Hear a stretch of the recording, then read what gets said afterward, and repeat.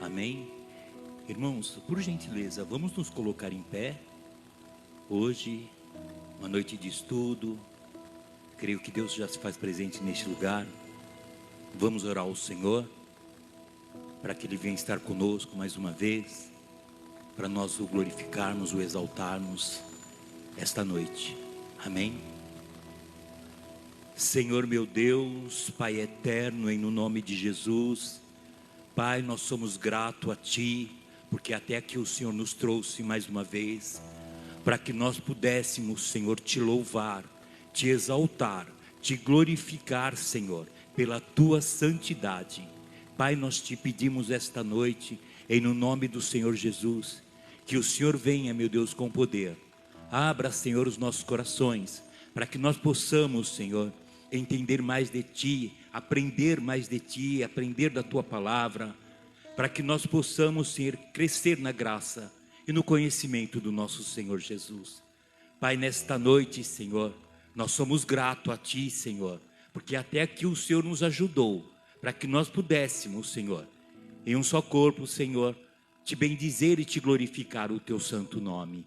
Pai, nesta noite, eu Te peço pela vida de cada irmão também, que se dispôs essa noite em estar aqui presente, Senhor, para aprender de Ti. Pai, em nome de Jesus, seja conosco esta noite, Senhor. Acrescenta no Senhor mais conhecimento, para que nós não sejamos, Senhor, mais sendo enganados por aqueles que não profetizam, aqueles que falam de Ti, que não falam a verdade. Pai, nesta noite nós estamos aqui e somos gratos, porque até aqui o Senhor tem nos ajudado para que nós pudéssemos estar aqui. Que o Senhor venha derramar as suas bênçãos sobre este local, este lugar chamado casa de oração. É o que eu Te peço esta noite e já Te agradeço no nome de Jesus. Amém. Irmãos, vamos abrir as nossas Bíblias lá na carta de Paulo à igreja de Colossos. Glória a Deus. Colossenses, no capítulo 2. Aleluias. Vamos ler do verso 1 até o verso 8. Amém?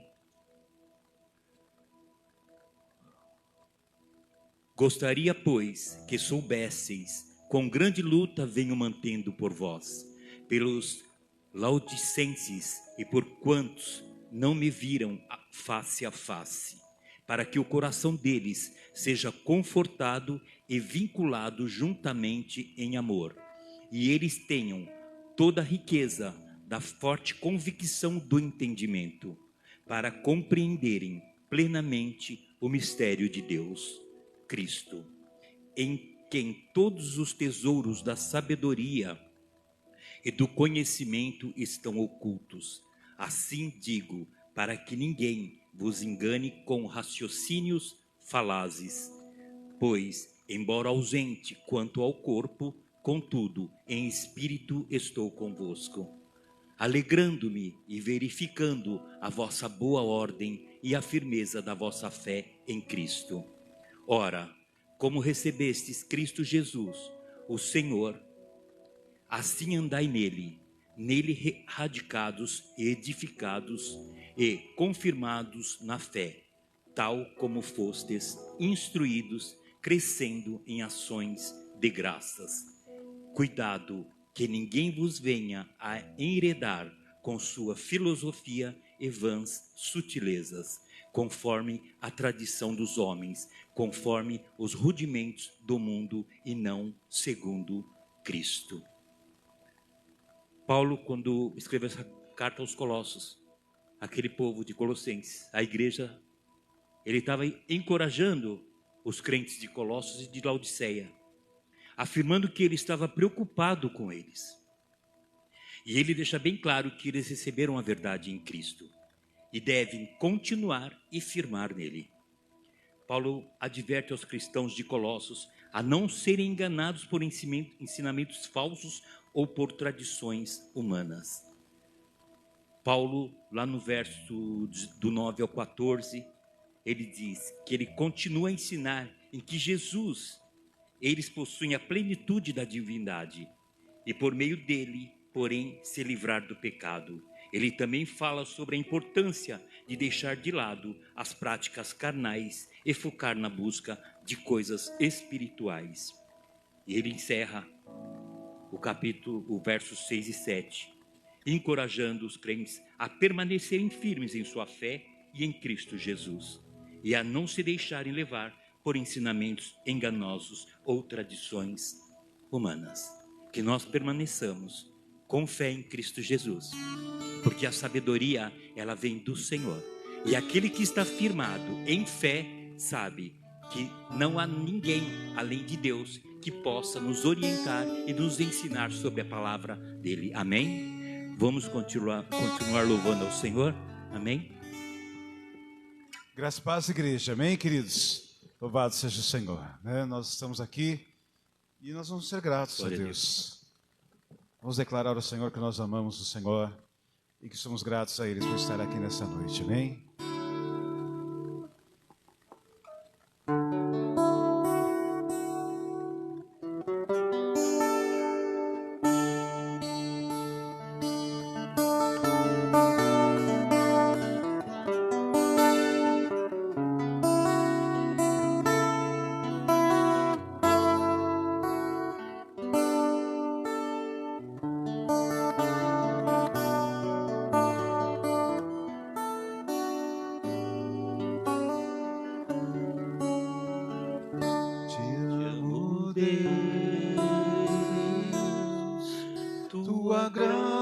Nunca falha, todos os dias eu estou em tuas mãos, desde quando me levanto até eu me deitar, eu cantarei da bondade de Deus.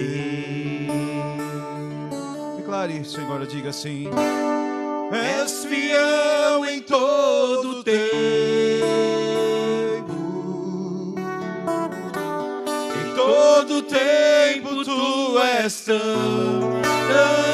bom, com todo o fôlego que tenho, eu cantarei da bondade de Deus.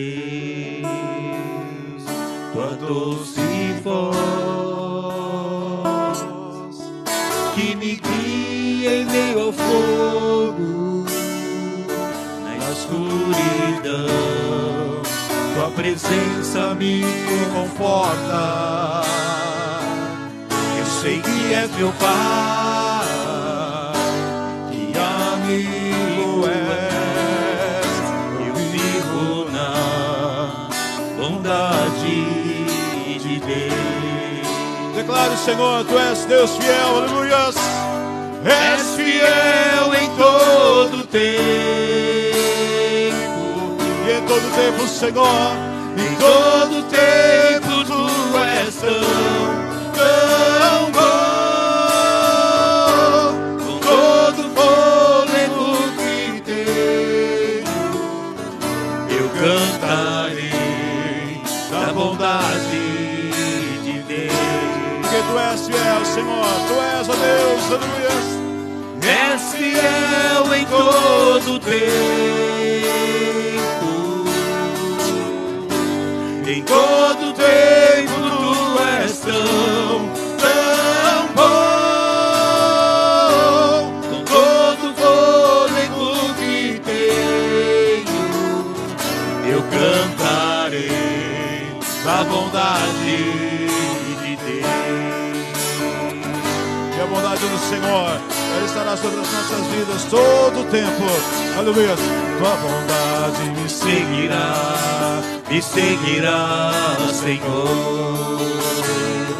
Tua bondade me seguirá, Senhor. Eu me rendo a ti, te dou meu ser, entrego tudo a ti. Tua bondade me seguirá, Senhor. Declare mais forte, diga ao Senhor assim: tua bondade me seguirá, me seguirá, Senhor. Tua bondade me seguirá, Senhor. Eu me rendo a ti, te dou meu ser, entrego tudo a ti. Tua bondade me seguirá, Senhor. És fiel em todo tempo, em todo tempo tu és tão bom. Com todo fôlego que tenho, eu cantarei da bondade de Deus. Eu cantarei da bondade de Deus. Aleluia. Aleluia. Aplauda o nome do Senhor porque Ele é digno. Aleluia.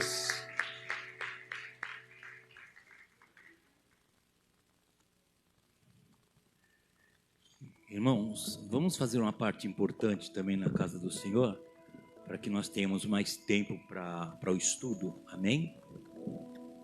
É o momento de nós recolhermos os dízimos e a oferta, glória a Deus. Quero deixar uma passagem aqui para os irmãos, que encontra-se no livro de Provérbios, no capítulo 3, que diz assim, capítulo 3, do versos 9 e 10, diz assim: honra ao Senhor com os teus bens e com as primícias de toda a tua renda, e se encherão fartamente os teus celeiros, e transbordarão de vinho os teus lagares.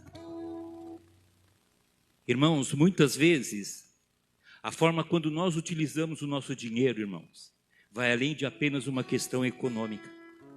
Ela revela os nossos valores e as nossas prioridades, moldando a maneira como vivemos em nossas vidas.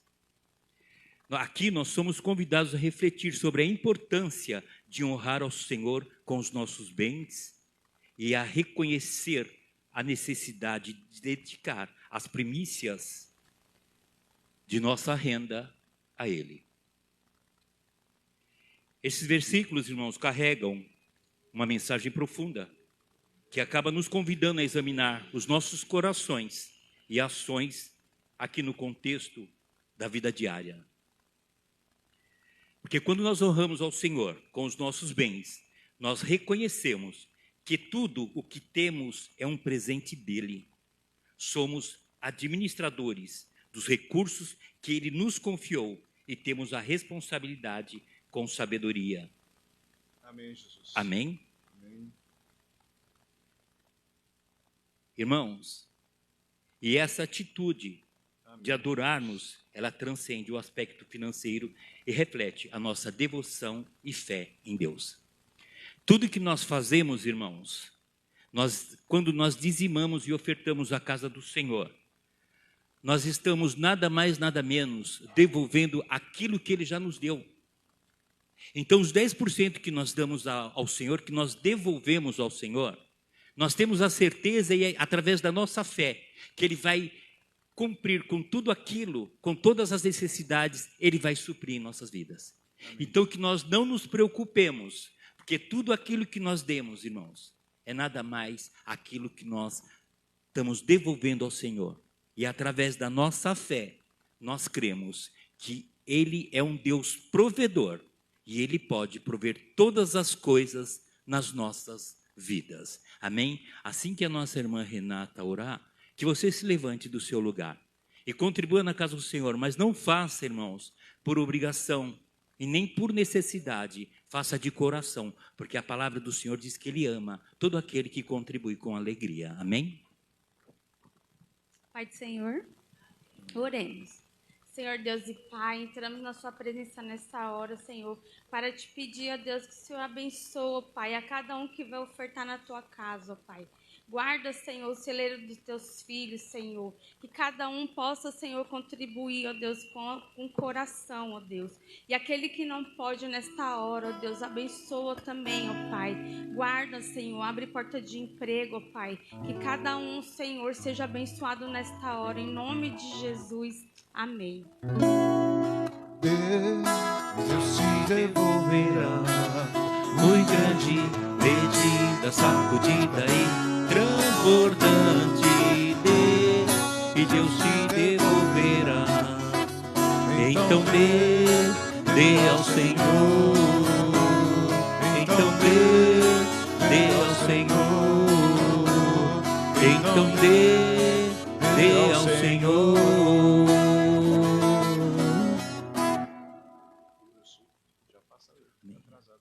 Irmão Wilson, por favor.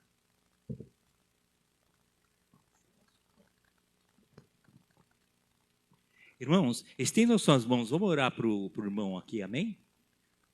Senhor Deus e Pai, em nome de Jesus, está aqui o teu servo, Senhor, e nós te pedimos esta noite que o Senhor venha usá-lo com sabedoria, Senhor. Coloca tudo aquilo no coração para que possa transmitir aquilo que nós precisamos ouvir através dos estudos. É o que nós te pedimos e já te agradecemos, em nome de Jesus. Amém? A paz do Senhor seja com toda a igreja. Amém? Deixa eu só me acertar aqui. Aleluias.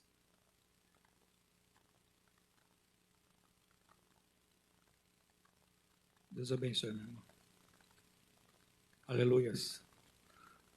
Bom, como os irmãos sabem, a gente vai estar falando hoje, né, sobre conhecer os nossos inimigos, nomes e atividades do inimigo, certo?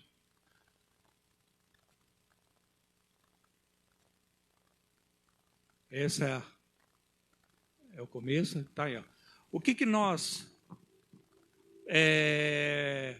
buscamos? Primeiro, saber, irmão. Nós precisamos ter o conhecimento, tomar conhecimento dos nomes e atividades, porque, conforme nós vamos ver na Bíblia, os seus nomes têm tudo a ver com o caráter dele. Então, quando nós conhecemos os nomes dos nossos inimigos, nós automaticamente estamos conhecendo também um pouco da atividade daquilo que ele pode influenciar na nossa vida, né? Mas temos que nos interessar por estudar mais a Bíblia e buscar a palavra, orientações, para não cairmos nas ciladas do inimigo. Um dos grandes problemas da igreja hoje é o conhecimento. A busca pelo conhecimento é entender a Bíblia. Conforme vocês já viram nos estudos passados que a pastora e que o irmão Fagner trouxe, vocês viram que muitas vezes, muitas coisas são tradições, né, irmão? As pessoas aprendem por tradição, porque ouviu falar, porque lá atrás alguém e guardou. Hoje o fast food é muito fácil, né? Pega pronto. Mas as pessoas não procuram se aprofundarem, então temos que ter esse interesse em buscar e se aprofundar, né? Dedicar-se, agir, dedicar-se ao estudo da Bíblia e à oração, a fim de obter forças para resistir ao diabo. O nosso texto base, que nós vamos ler agora, está em Mateus capítulo 4, do 1 até o 10, que diz assim, Mateus capítulo 4, do versículo 1 até o 10. A seguir, Jesus foi levado pelo Espírito ao deserto para ser tentado pelo diabo. E depois de jejuar 40 dias e 40 noites, teve fome. Então, o tentador, aproximando-se, lhe disse: Se és filho de Deus, manda que essas pedras se transformem em pães. Jesus, porém, respondeu: Está escrito, não só de pão viverá o homem, mas de toda palavra que procede da boca de Deus. Então, o diabo levou à cidade santa, colocou-o sobre o pináculo do templo e disse-lhe: Se és filho de Deus, atira-te daqui abaixo, porque está escrito, aos seus anjos ordenará a teu respeito que te guardem, e eles te sustentarão nas tuas mãos, para que não tropeces em alguma pedra. Respondeu-lhe Jesus: também está escrito: não tentarás o Senhor teu Deus. Levou ainda o diabo a um monte muito alto, mostrou-lhe todos os reinos do mundo e a glória deles. Ele disse: tudo isso eu te darei, se prostrado me adorares. Então Jesus lhes ordenou: retira-te daqui, Satanás, porque está escrito: ao Senhor teu Deus adorarás e só a ele darás culto. Com tudo isso deixou o diabo, e eis que vieram os anjos e o serviram. Amém? Algumas observações nós vamos fazer nesse texto, que geralmente as pessoas acabam passando por cima. Primeiro, né, aqui fala, né, da primeira submissão de Cristo ao Espírito Santo. Jesus, 100% homem, 100% Deus. Mas nós temos que entender que quando o Senhor estava agindo, não era pela divindade. Ele não estava agindo como Deus. Se Jesus agisse como Deus, a obra redentora, como seria? Seria muito fácil um Deus suportar provações, seria muito fácil um Deus morrer na cruz. Que dores ele teria? Porque ele estaria agindo sobre o poder da divindade. E Jesus agiu, ao tempo todo, Jesus aqui foi 100% homem. Na sua glorificação, quando ele subiu ao céu, aí sim, ele retomou toda a sua glória. Por isso fala que ele foi glorificado. Mas nós temos que entender isso, entendeu? Para não misturar. As pessoas às vezes acabam tendo confusão com isso. Tá? Mas nós temos que tomar cuidado. Mas por que então? Vocês veem que Jesus, primeira coisa, Jesus foi batizado e recebeu o Espírito Santo. Por quê? Era através do Espírito Santo que ele ia agir aqui como homem. Amém? Tentado ou experimentado. Irmão, fala que Jesus foi tentado. Depois fala que o Espírito o levou ao deserto. O Espírito Santo, você vê que está em letra maiúscula aqui. O Espírito, não foi o demônio que levou ele ao deserto. Foi o Espírito Santo. Para quê? Para que ele fosse tentado. Esse tentado não é a tentação que Satanás exerce sobre a vida humana. Ele foi tentado, ou seja, ele foi experimentado, tá? Ele foi testado. Tá? O Senhor permitiu isso na vida dele para que fosse testemunho de que Jesus era capaz de cumprir essa obra redentora. Então, por que a palavra tentar? Eu já expliquei isso aqui numa pregação, vou falar. No original, a palavra que está no original, ela fala tentação ou provação.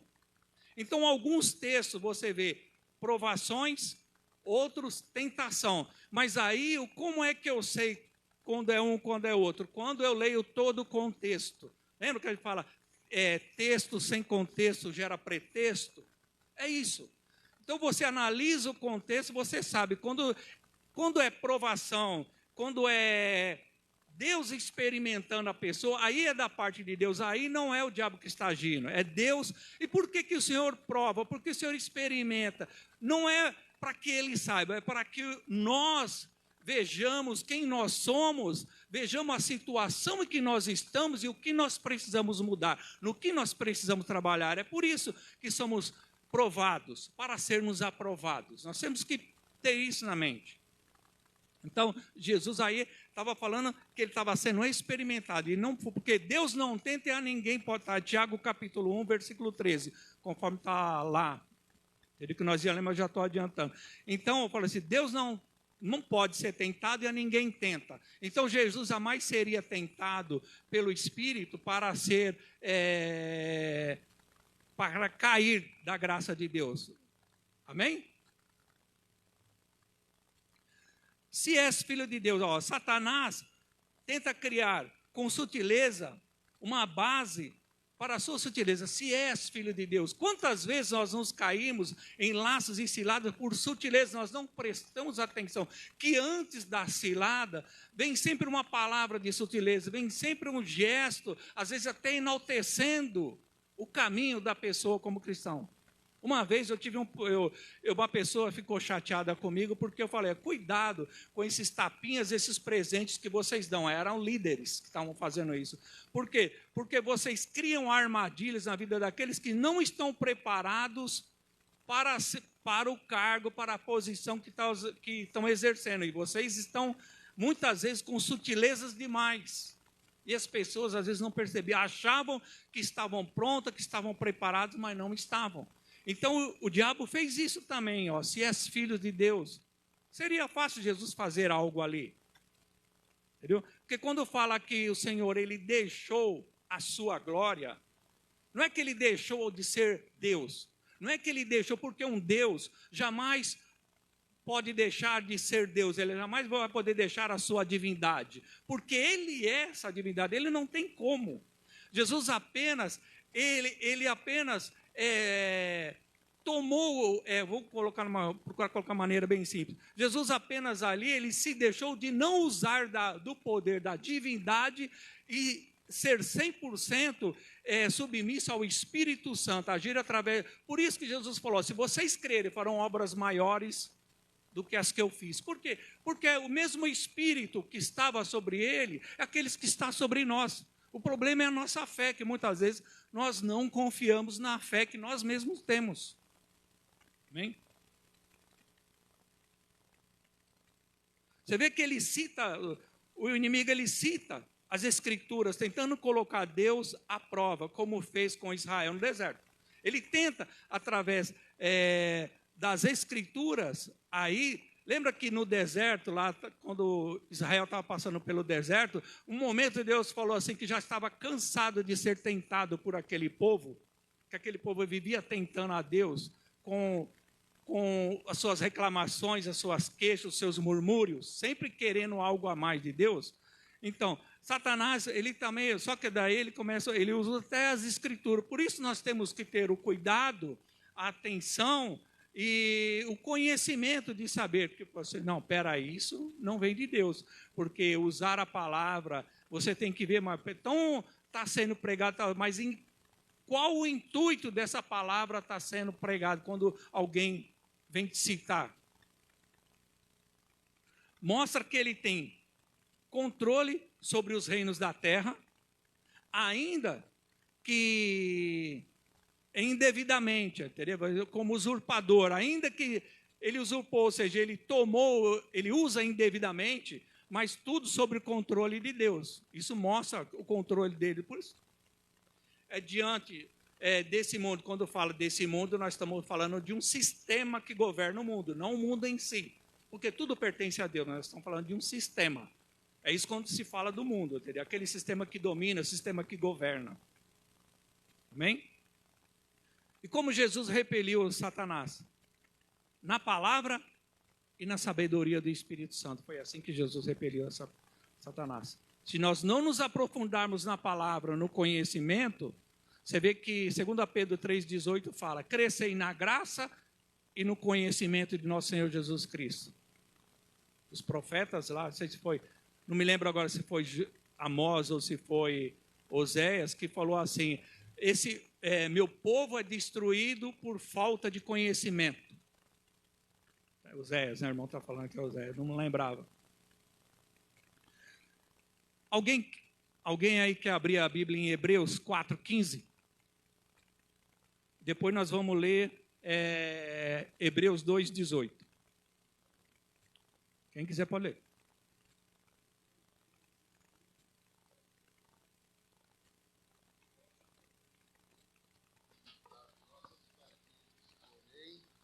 Um que, como nós, em tudo foi tentado, mas sem pecado. Isso. Amém? Tudo bem. Você vê que, esse é o testemunho de que Jesus Cristo, nosso sumo sacerdote, está conosco mesmo em nossas fraquezas. Você vê, nunca estamos sozinhos. Ele sofreu como nós sofremos, foi tentado, se envolveu com os problemas desta vida terrena e as situações que nos atingem, mas sem pecado. As situações que nos atingem também atingiu a Jesus. Os problemas, as dificuldades, ele também passou por tentações, por provações, no sentido de provação, já que ele foi tentado mas também foi tentado pelo inimigo também a cair da presença de Deus. Você vê que... E quando olhamos para a ótica de Cristo, né? Vemos aí nós vemos as duas naturezas de Cristo, a divina e a humana. O diabo sabia qual era a missão de Cristo, sabia que na missão humana dele, ele podia falhar, porque era humano. Entendeu? Segundo a concepção dele, ele agia assim. Então, por quê? Fazer desistir, ter atitudes contrárias ao plano de Deus, tiraria Cristo do centro da vontade de Deus.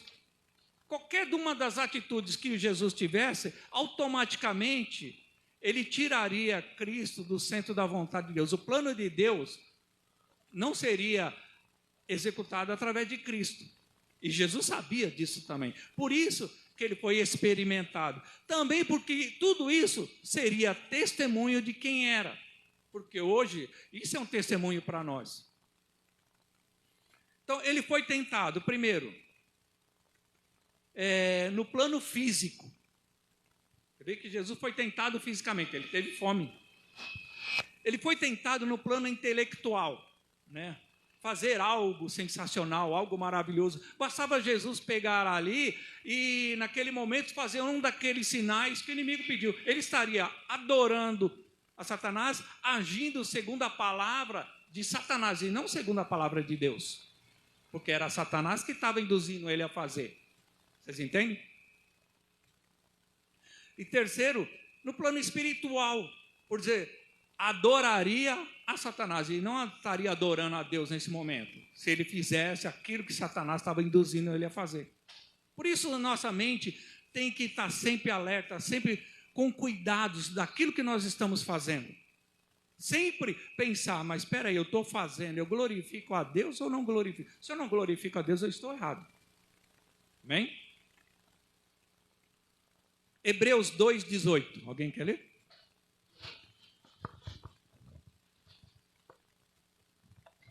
Porque naquilo que ele mesmo, sendo tentado, padeceu, pode socorrer aos que são tentados. Tá vendo? Às vezes, as lutas, as dificuldades da nossa vida, nós deixamos, esmorecemos, às vezes, por muito pouco. É isso que Jesus falou assim, eu venci o mundo, eu venci, vocês também podem vencer. Porque nas mesmas circunstâncias que Jesus estava, nós estamos. A diferença é que o Senhor, ele tinha convicção de qual era o plano de Deus aqui com ele aqui. Ele iria cumprir esse plano. Ele colocou, eu vou cumprir esse plano. Essas mesmas convicções nós temos que ter. Amém? Nosso objetivo. Qual é o objetivo, então, nesse estudo? Conhecer melhor nossos inimigos, suas habilidades, para entendermos sua ação e como resistir no Senhor. Se nós não conhecermos melhor aqui, é como batalha, nós vamos falar, no futuro vai ter uma aula sobre batalha espiritual, aí vocês vão entender. Se nós não tivermos convicção e firmeza para enfrentarmos nosso inimigo, mas para isso nós temos que conhecer quem nós estamos enfrentando. Se nós não agirmos assim, irmão, nós perecemos, nós falhamos, nós desistimos. Como eu disse no começo, seus nomes, o seu caráter, seus ensinamentos. C.S. Lewis. Meus irmãos quiserem ler um livro, C.S. Lewis é um excelente escritor. Um cristão, é um livro que você pode ler, é um escritor que você pode ler sem qualquer problema. C.S. Lewis disse, há dois erros idênticos e opostos na humanidade acerca dos demônios. Não acreditar que ele existe. Quando nós não acreditamos que ele não existe, ou que aquela situação não provém dele, nós podemos estar dando campo largo para ele agir, já que nós não vamos ter atitude nenhuma, afinal, eu não acredito nisso. Então, ele vai ter um campo aberto para agir à vontade. Não vai ter nenhuma barreira, não vai ter nada que contrapõe ele. E acreditar e nutrir interesses excessivos. Aquele negócio, sabe? Tudo é o diabo, tudo é Satanás. Você comete as mazelas, erros, um monte de coisa no dia. E no final do dia, o inimigo é sujo. Mas espera aí, a minha culpa em tudo isso?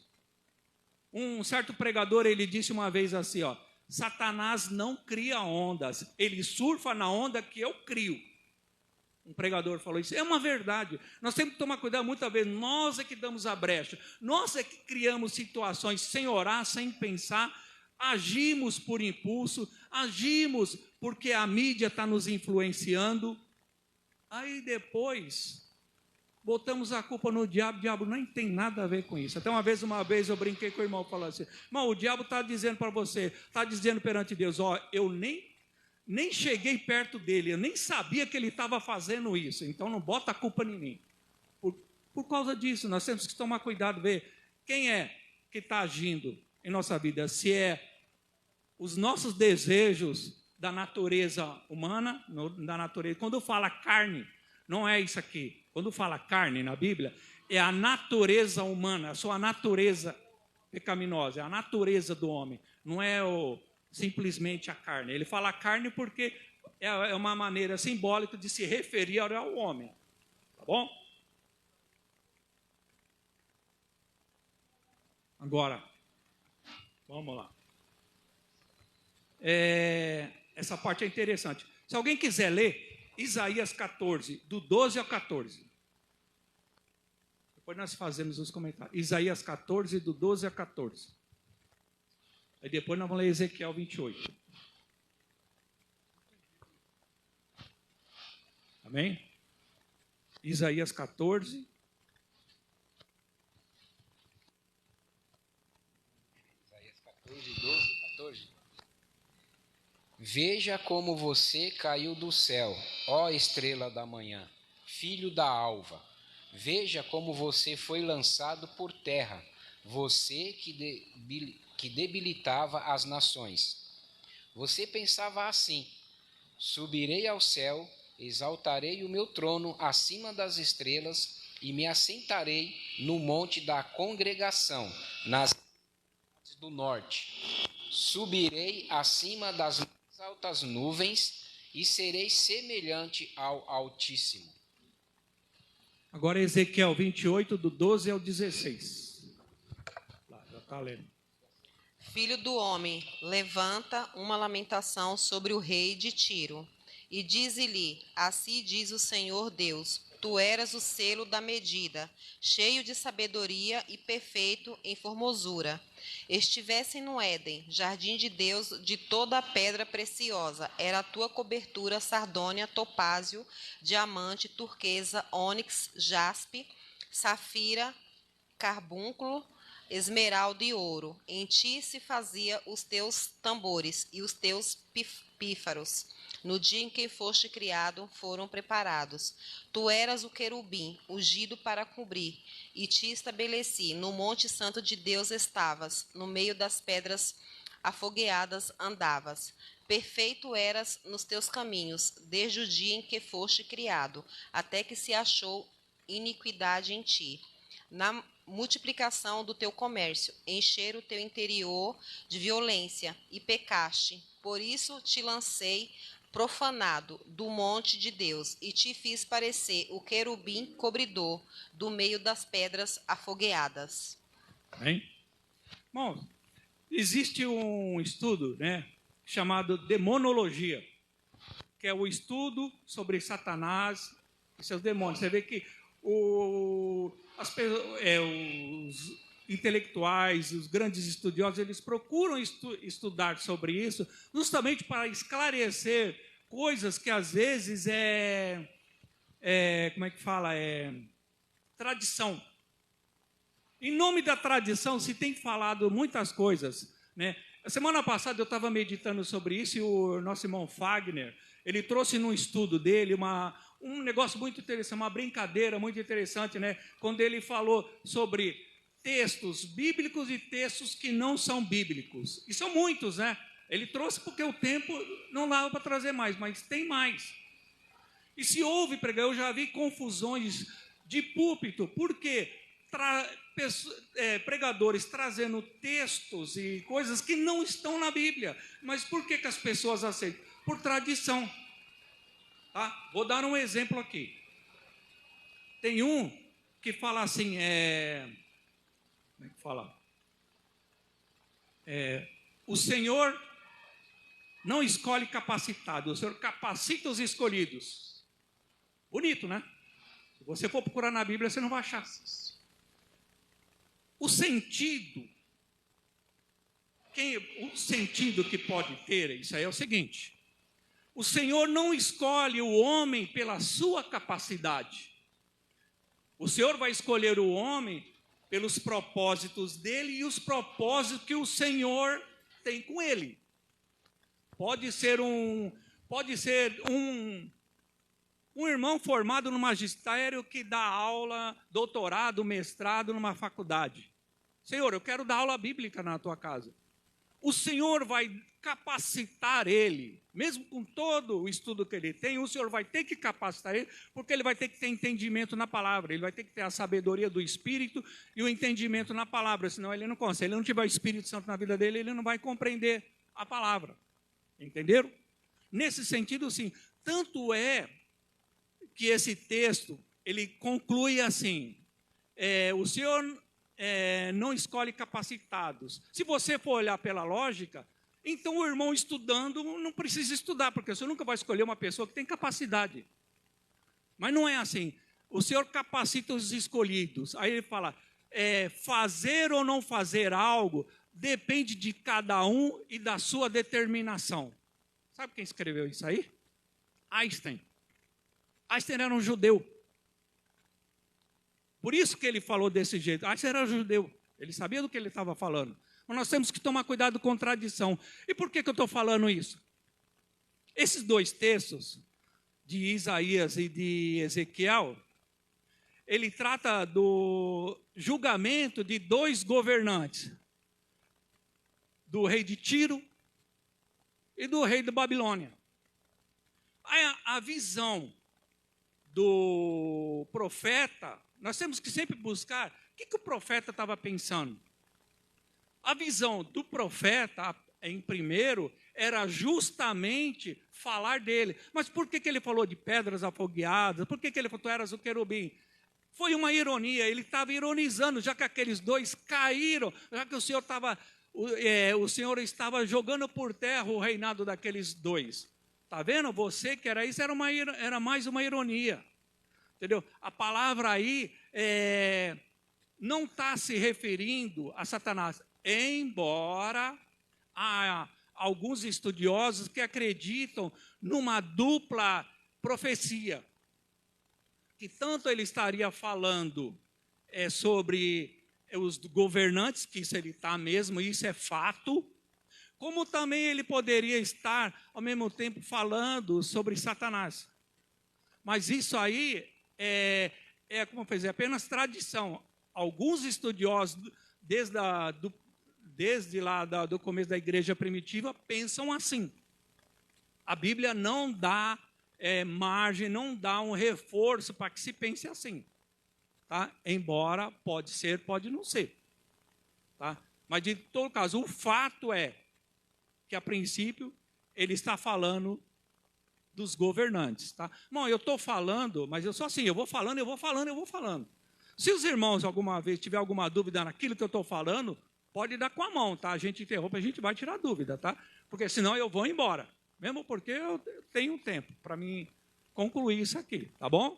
Mas os irmãos têm a liberdade para questionar, tá bom? Não há problema nenhum, não. A gente não tem a intenção de esgotar tudo, de saber tudo. A gente está estudando para isso, Então é bom. Tem dúvida, a gente, se não souber responder, não tem problema nenhum. A gente vai estudar, semana que vem a gente, o irmão trouxe essa dúvida, está aqui a resposta. Amém? Não existe isso aí, tá vendo?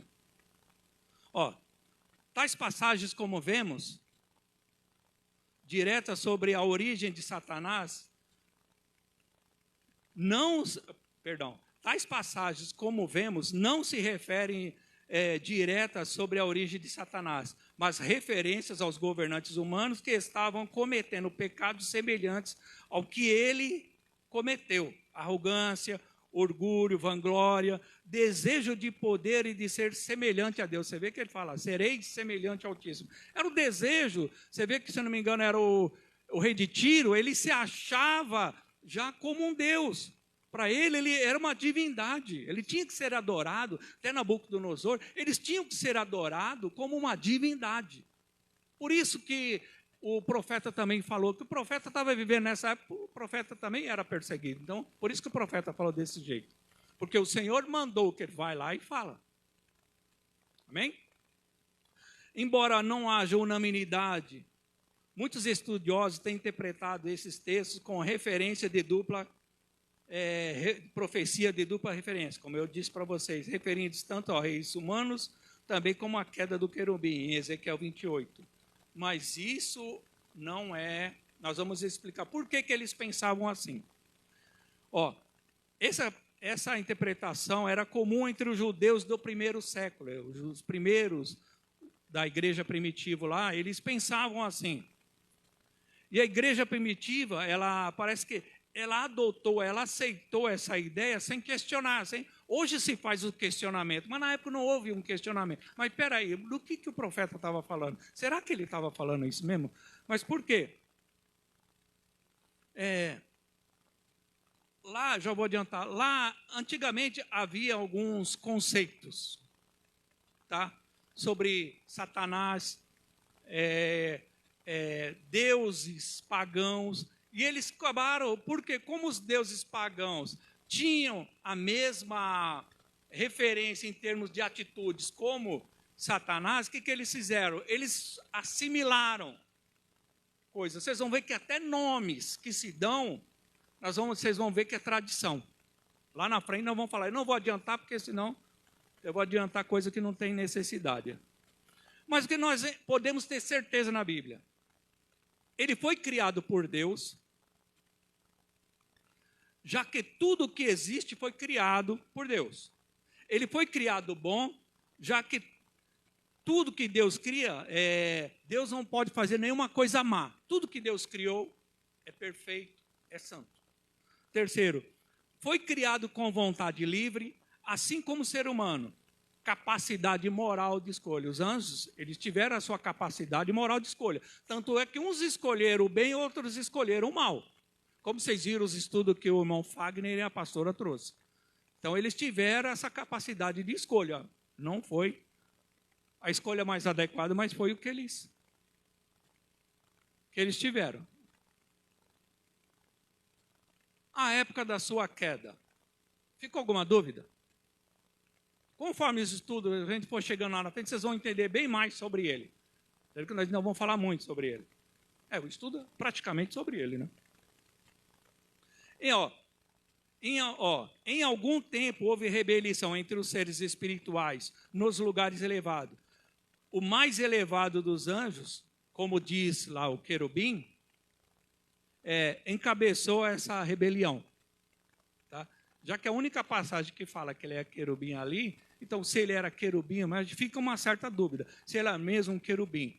Mas que ele tinha poder de decisão, que ele tinha um certo poder de escolha, até em relação aos outros, ele tinha.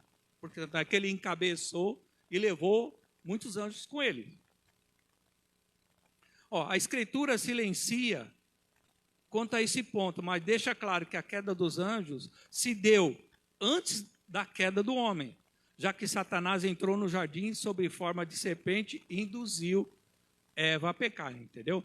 Então, Satanás caiu, a queda de Satanás foi antes da queda do homem. Tá? Jó 38. Olha lá. Jó 38, do 4 ao 7. Alguém quer ler?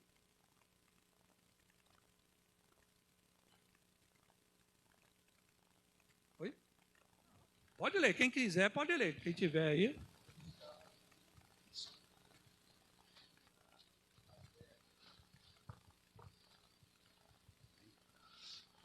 Onde? É o do 4 ao 7, né? Isso. Onde estava tu quando eu fundava a terra?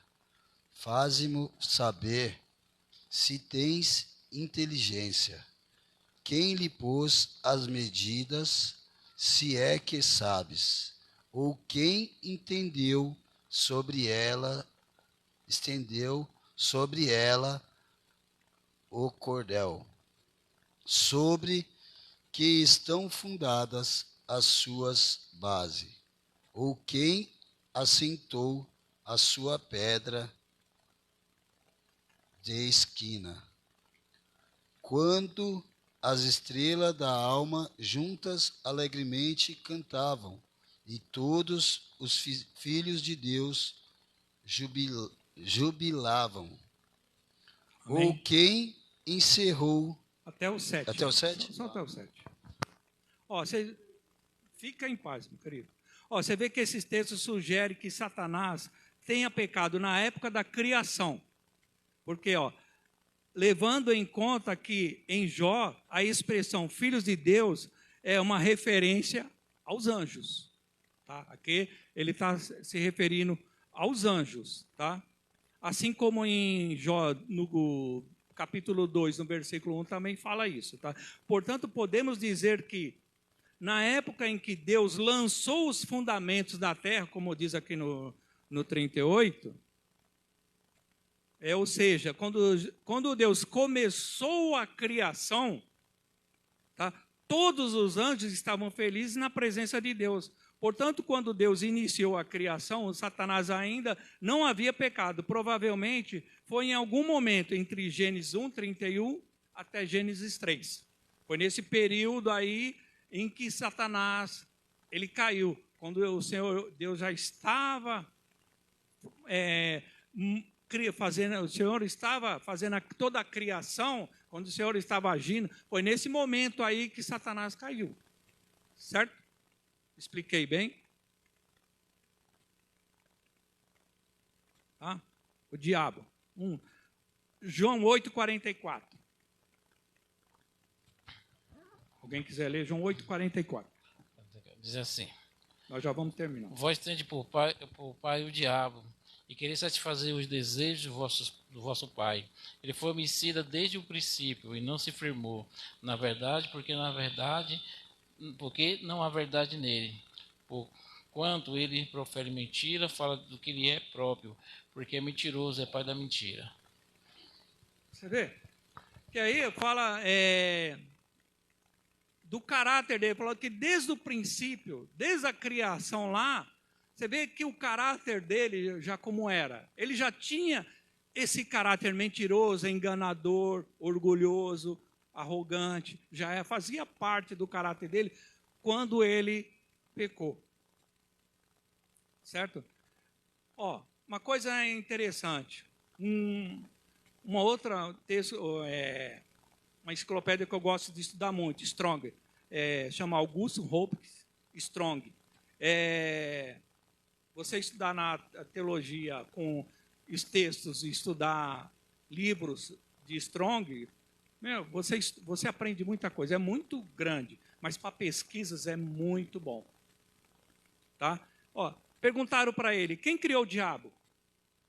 Ele respondeu, Deus criou um anjo bom. O diabo criou o diabo. Deus o criou moralmente santo e perfeito. Certo? E aqui fica um alerta para nós. Você vê que Deus criou bom, Deus fez tudo bom, mas a natureza dele o levou a ser mal. Assim como o Senhor nos leva de tudo que é bom, a nossa natureza é que nos leva para o mal. O diabo apenas aproveita as nossas fraquezas. Então, por isso que nós temos que reconhecer. Você vê que foi Sócrates que disse, conhece-te. Sócrates diz, conhece-te. É uma verdade isso, entendeu? Alguém depois completou, conhece-te, aceita-te, liberta-te. Mas, se eu não me engano, Sócrates, a palavra dele é conhece-te. E isso é uma verdade. Nós temos que buscar nos conhecer, sabemos a mazela que nós somos, aquilo que nós fazemos de errado. Mas nós nos ocultamos atrás de uma imagem bonita, perfeita, e não fazemos nada de errado. Somos tudo santo. O santo que a Bíblia fala, quando se refere a nós, é separados. Não é aquele anjinho com a auréola na cabeça brilhando, não. Essa santidade só pertence a Deus. Mas quanto ao homem, a santidade, ou quando diz como santos, é no sentido de separados para Deus. Tá? Não na mesma santidade de Deus, não. Amém? O mal. Vou ler esse texto, aí a gente encerra por aqui. Tá? Agostinho, no livro O Livre-Arbítrio, ele escreveu esse livro para tratar do problema do mal. Certo? Ler Agostinho, eu confesso, irmão, você tem que ser bem intelectual. Não é que Agostinho não é um livro fácil de ler, a teologia dele, entendeu? Mas é maravilhosa, entendeu? Se você conseguir ler, pode ler que não há problema nenhum. Não, tá? Mas Agostinho, para tentar traçar esse problema, ele traçou um diálogo, ele escreveu um diálogo entre ele e um camarada chamado Evódio. Tá? Eu não pesquisei quem é esse Evódio. Um Evódio que teve foi um bispo lá até do primeiro século, não é esse, já que Agostinho viveu entre 350 e 430, mais ou menos. Então, não foi esse bispo. Mas Agostinho traçou Ia falar alguma coisa, irmão? Não. Agostinho, ele pegou e escreveu esse texto, que diz assim, é um diálogo. Eu gosto muito de textos assim, quando tem diálogo, você aprende muito. Evódio diz, peço-te que me digas, será Deus o autor do mal? Por que eu estou trazendo isso aqui? Perdão. Porque eu vi que no outro dia os irmãos perguntaram sobre o mal, né? E constantemente, em todas as escolas bíblicas, as pessoas sempre têm dúvidas sobre perguntando, o mal existe? Quem criou o mal? Deus criou o mal? Sempre tem essas perguntas. Então, nós vamos tentar trazer com um pouco de clareza nesse ponto, tá? É rapidinho isso aqui. Aí Evódio pergunta, me digas, será Deus o autor do mal? Agostinho diz, dir-te-ei se antes me explicares de que mal te referes.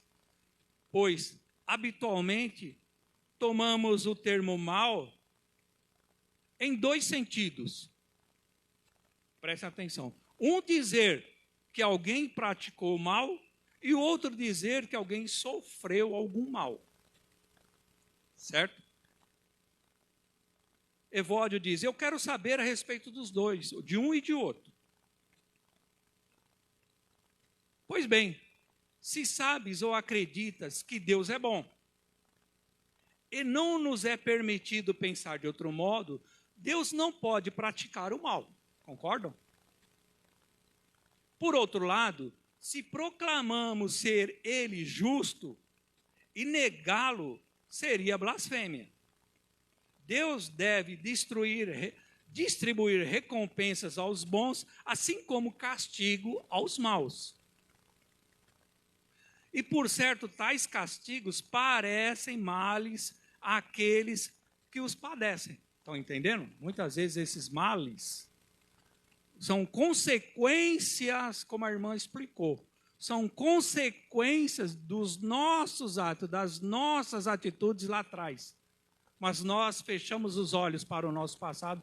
Eu não fiz nada. Eu sou bonzinho. Mas fizemos. Entendeu? Aí vem as consequências. Mas essas consequências é Deus ali puxando a tua orelha. Entendeu? E por certo, parece ser mais aqueles que padecem.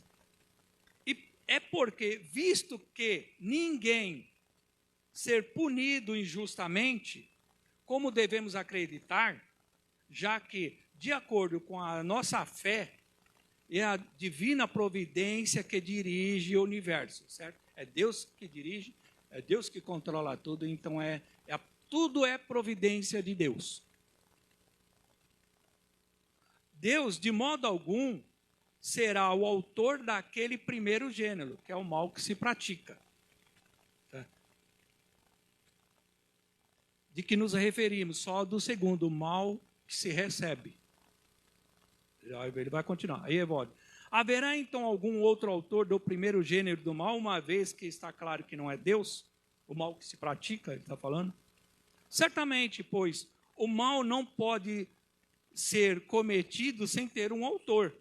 Mas caso me perguntes quem seja o autor, não poderia dizer com efeito, não existe um só e o único autor, pois cada pessoa, ao cometê-lo, é o autor de sua má ação. Então, o mal que se pratica, somos nós os autores desse mal.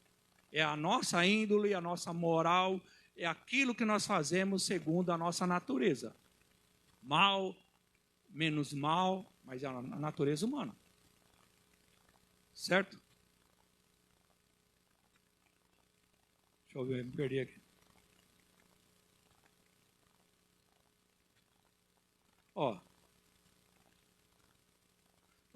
Se duvidas, reflete no que já dissemos acima. As más ações são punidas pela justiça de Deus, certo? Ora, elas não seriam punidas com justiça se não tivessem sido praticadas de modo voluntário. Entendeu? Se somos punidos, se somos reprovados, é porque foi a nossa ação voluntária. Então, essa história de tudo botar a culpa no diabo, nós temos que pensar primeiro se foi algo da nossa natureza, algo porque nós queríamos, aí depois tentamos nos justificar. Então, muito cuidado, até quando nós vamos ver sobre blasfêmia, vocês vão ver que a coisa é bem complicada. Agora, é assim, se alguém tiver alguma dúvida, pode me falar. Para Agostinho,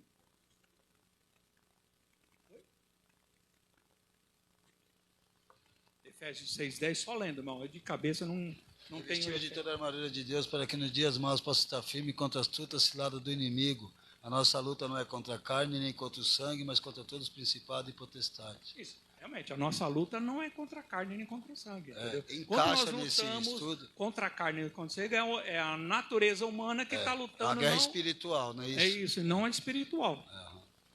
Bem?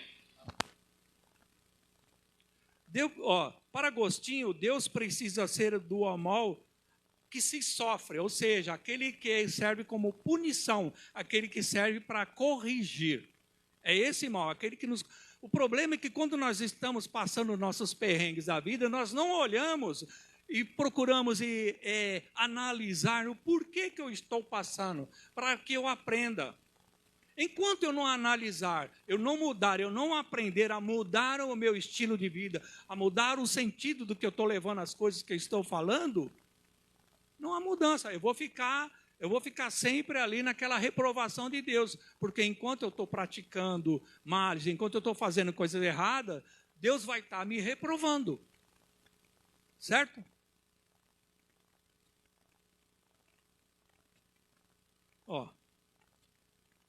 Se o homem quebrar alguma lei de Deus, é necessário que ele sofra as consequências do seu ato. Deus não poderia ser justo e deixar impunes os pecados cometidos voluntariamente pelo homem. Portanto, dirá Agostinho, toda situação desfavorável para o homem, seja consciente ou inconsciente, em ambos os casos, é Deus quem promove o mal, porque a sua lei foi quebrada e cumpre a ele restaurar a ordem do universo. Vocês entenderam? Então, cumpre a Deus estabelecer a sua justiça sobre todo. Tanto é que você vê, aqueles que não reconheceram a Jesus como seu único suficiente Salvador, aqueles que não aceitarem a Jesus, aqueles que não aceitarem a palavra dele, vocês veem que eles vão ter uma punição lá na frente. Somente aqueles que aceitaram por fé, já que a salvação, mesmo no Antigo Testamento, sempre é por fé e obediência, aqueles que não seguem o padrão de Deus, automaticamente tem a sua punição. E é esse o mal que muitas vezes que nós recebemos. Nós temos que entender isso. É algo que não é algo que da justiça de Deus para nos corrigir. E se quisermos alcançar, estarmos lá na salvação, o dia que o Senhor voltar para nós, ou voltar para o mundo inteiro aí, para resgatar os que são dele. Se nós quisermos estar no reino lá, é bom a gente pensar um pouco mais no que se faz. Estudar mais a palavra, estudar mais a Bíblia. Entendeu? Porque através de conhecendo a palavra, conhecendo as escrituras, que eu vou entender tudo isso. E nos próximos estudos nós vamos ver sobre isso. Nos próximos estudos nós vamos falar,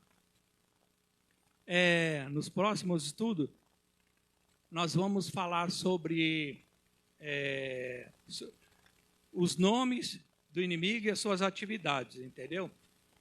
Só para vocês guardem, tá? Russell Shedd, outro escritor, quem procura, outro escritor que você pode ler, disse em seu livro O Mundo, a Carne e o Diabo. Ele diz, numa pregação, acho que eu até falei, já citei ele, o mundo exerce uma atração sobre todos nós, como um suposto tesouro que vale a pena ser conquistado e possuir. Desse modo, o mundo e Deus se oferecem como tesouros alternativos. O mundo e Deus se oferecem como tesouros alternativos. Se Deus fosse para nós, fosse tudo para nós, o mundo nada valeria. Então, por que as coisas do mundo têm tanto valor assim? É porque certamente estamos dando mais valores àquilo que não deveríamos dar. Uma coisa é você desfrutar de um bem que o mundo nos oferece. Outra coisa é você dar valor àquilo acima de qualquer coisa. Entendeu? Nós temos que tomar cuidado com isso. Eu tenho o direito de desfrutar de todas as riquezas desse mundo. Mas eu não posso estar apegado. Se eu sou peregrino e eu vou passar por isso e isso vai ficar aqui, então eu tenho que tomar cuidado com os apegos que eu tenho neste mundo. Amém? Eu vou ficar por aqui. Próximo semana nós vamos falar bastante, vai ter bem mais leitura bíblica, nós vamos falar sobre os nomes e atividades dele, aí vocês vão ver que tem muito mais coisas para nós aprendermos, para nós percebermos que nós deixamos passar nas Escrituras, amém? Eu agradeço a oportunidade, tá? Que Deus abençoe a todos. Amém, pastor? Amém. Graças e paz, igreja. Vamos colocar em pé. Deus venha nos abençoar em nome de Jesus. Estuda, aprenda aí, guarda no teu coração. Tem muito mais ainda para nós aprendermos. Sábado tem aqui o evento com a galera, com os jovens. Todos os jovens vão estar aqui sábado. Toda a igreja está convidada, hein? Vai ser um evento legal às 19 horas aí, todo mundo aqui presente para a bênção de Deus. Vamos orar. Senhor, obrigado, meu Deus, pela tua bênção, a tua graça e a tua vitória sobre as nossas vidas, ó Pai. Nós te louvamos, te agradecemos e pedimos ao Senhor que esteja, meu Pai querido, cooperando, Senhor, esteja com cada um dos teus filhos, os teus servos. Dá a tua bênção, a tua graça, Senhor, despedido em paz a cada um dos teus filhos, que possamos, ó Pai, assim, se for de tua vontade, mais uma vez estar diante do Senhor. Pedimos e te agradecemos em nome de Jesus. E que o grande amor de Deus, a graça do nosso Senhor e Salvador Jesus Cristo, a doce consolação e a íntima comunhão do Espírito Santo do Senhor, seja sobre todos vós, hoje, para todos sempre, todos digam amém. Que Deus os abençoe em paz, em nome de Jesus. Não esqueça de dar aí os seus 50 abraços.